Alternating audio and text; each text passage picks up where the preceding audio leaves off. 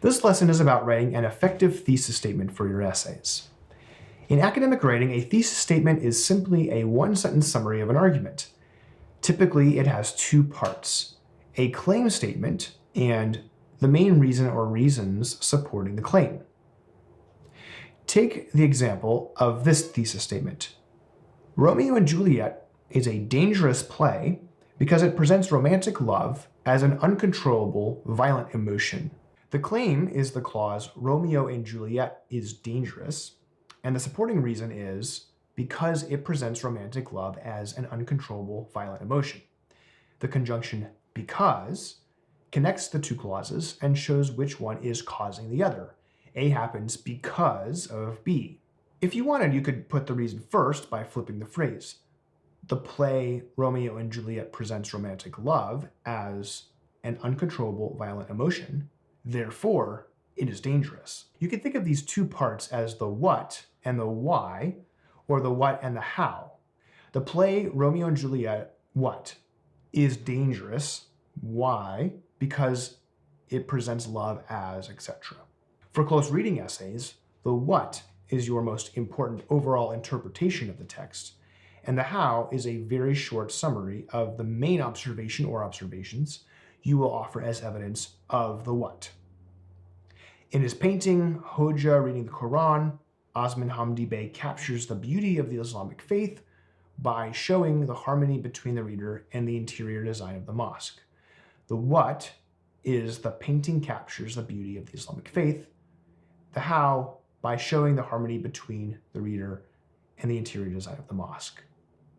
Here are tips for when you're formulating a what and a how. The what is the ultimate thing you are arguing for, so it should be a clear statement that you are willing to defend rigorously, and the unifying statement of the essay. Everything in the essay will be based on it. It determines what fits into the essay. Observations that aren't related to it will be irrelevant and thus won't fit. Also, it must be the right kind of statement, an interpretive statement. An interpretive statement does more than summarize a work. It states the meaning or argument of the text, the author's purpose. It is not an about statement.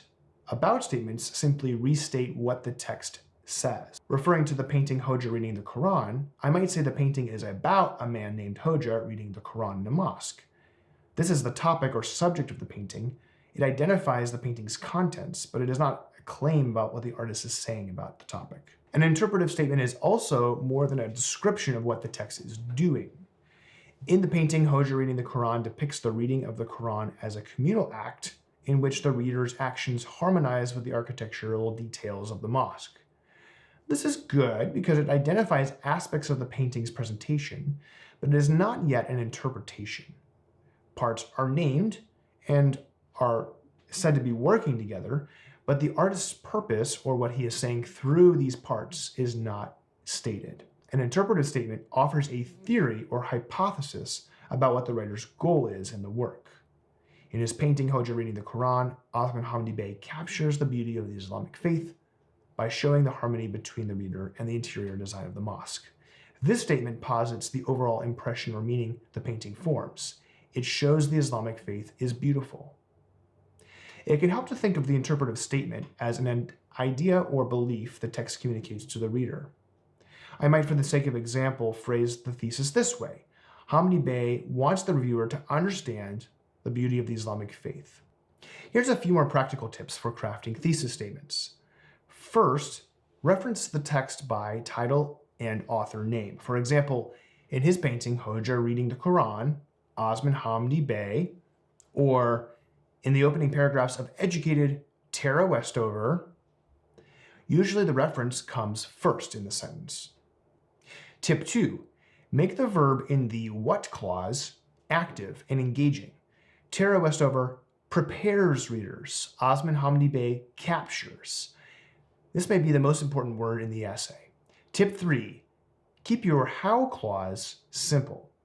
The tendency is to load up the how clause with lots of details, but this can be a mistake. Tara Westover prepares readers to see her father as a dangerous family leader by showing him as an unquestioned spiritual authority of the family, but as an unreliable interpreter of scripture and as a stubborn, hardworking man who makes impulsive decisions, which creates an unstable living environment. A long, complicated how clause like this is weak because it doesn't commit to a definite supporting reason or two. It's a spaghetti on the wall approach, throwing a bunch of reasons out, hoping something sticks. But what if you have several really awesome reasons in support of your interpretation? Then combine them into a larger umbrella reason for the thesis statement and discuss each of these reasons as aspects of the larger one. In the opening paragraphs of Educated, Tara Westover prepares readers to see her father as a questionable authority figure by presenting his behavior as unpredictable and irrational. But I can explain the statement by addressing these different observations in the essay body. Tip 4. If you follow tip 3, you won't have a list in your thesis statement, but that's not the only way you can write it. Another way is to include a short list, the key is short, of the most important observations. If you do this, make sure the list is parallel. A list is parallel when each item in the list is the same part of speech. For example, the following statement is parallel. The author employs parallelism, juxtaposition, and hyperbole in order to, etc. Each item in the list is a noun. By contrast, the following statement is not parallel. The author employs parallelism, juxtaposition, and exaggerating certain words in order to. Here, the first two items are nouns, but the final item is a verbal phrase, exaggerating. Fix this by rephrasing the non-parallel item to match the rest of the list. My final tip is to omit needless words. Once you have a good thesis statement drafted, you are ready to use this strategy to apply the finishing touches. Do this by checking for words or short phrases that can be deleted without changing the meaning of the sentence. Sometimes two or more words can be changed to a single word that says the same thing. For example, in a hasty manner can be changed to hastily, which means the same thing. In my example thesis statement, I can shorten the phrase prepares readers to see her father as a questionable figure to prepares readers to question. And I can change authority figure to authority. So the first part now reads, she prepares readers to question her father's authority. I can also shorten his behavior to just him by presenting him as unpredictable and irrational. These edits make the statement stronger and clearer. With that, you are ready to work on thesis statements with your group.